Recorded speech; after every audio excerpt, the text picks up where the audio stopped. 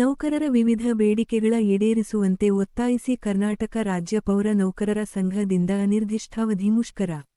ರಾಜ್ಯದಾದ್ಯಂತ ಕರ್ತವ್ಯಕ್ಕೆ ಪೌರ ನೌಕರರು ಗೈರು, ಕಸ ಸಂಗ್ರಹಣೆ, ವಿಲೇವಾರಿ, ಸ್ವಚ್ಛತೆ, ಒಳಚರಂಡಿ ನಿರ್ವಹಣೆ ಹಾಗೂ ಕಚೇರಿ ಕೆಲಸ ಸ್ಥಗಿತ. ಮುಂದಿನ ದಿನಗಳಲ್ಲಿ ಬೇಡಿಕೆ ಈಡೇರಿಸದಿದ್ದರೆ ನೀರು ಪೂರೈಕೆ ಸ್ಥಗಿತ ಮಾಡಲಾಗುವುದು.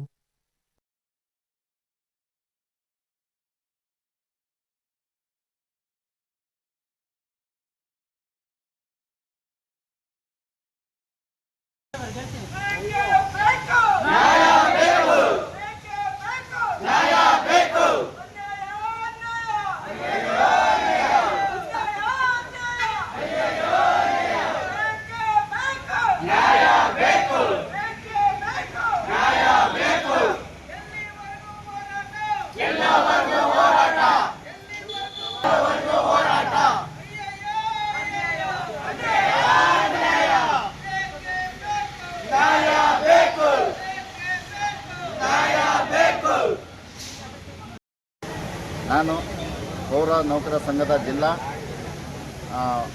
ಸದಸ್ಯನಾಗಿ ಕಾರ್ಯನಿರ್ವಹಿಸ್ತಾ ಇದ್ದೀನಿ.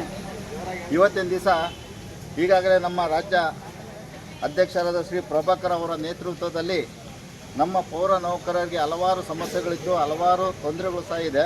ಅದನ್ನು ನಿವಾರಣೆಗೋಸ್ಕರ ನಮ್ಮ ರಾಜ್ಯ ಪೌರ ಸಂಘದ ಅಧ್ಯಕ್ಷರಾದ ಶ್ರೀ ಪ್ರಭಾಕರ್ ಅವರು ನಮಗೆ ದಿನಾಂಕ 27/5/2025ರಿಂದ ರಾಜ್ಯಾದ್ಯಂತ ಅನಿರ್ದಿಷ್ಟಾವಧಿ ಮುಷ್ಕರನ ಕೈಗೊಳ್ಳೋಕ್ಕೆ ನಮಗೆ ಸೂಚನೆ ನೀಡಿರ್ತಾರೆ.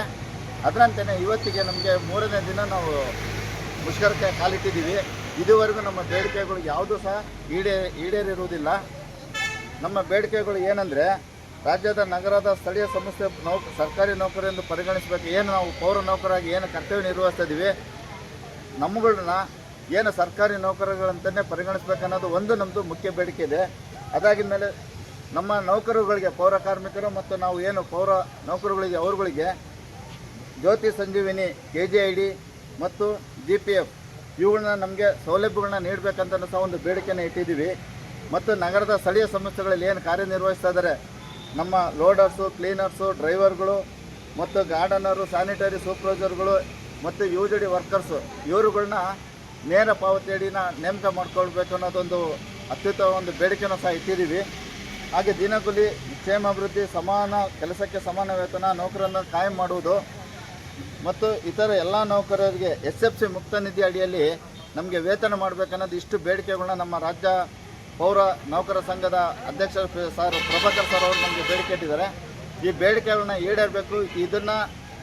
ಇದರ ಬಗ್ಗೆ ಸರ್ಕಾರಕ್ಕೆ ಮನವಿಯನ್ನು ಸಲ್ಲಿಸಬೇಕು. ಮನವರಿಕೆ ನಾವು ಮಾಡಿಕೊಟ್ಟು ಆದಷ್ಟು ಬೇಗ ಇವನ್ನೆಲ್ಲ ನೆರವೇರಿಸ್ಕೊಡ್ಬೇಕಂತೇಳಿ ಅದಕ್ಕೋಸ್ಕರ ನಾವು ರಾಜ್ಯ ಸಂಘದ ಪೌರ ನೌಕರರಿಗೆ ಬೆಂಬಲವನ್ನು ಕೊಡ್ತಾ ಇದ್ದೀವಿ.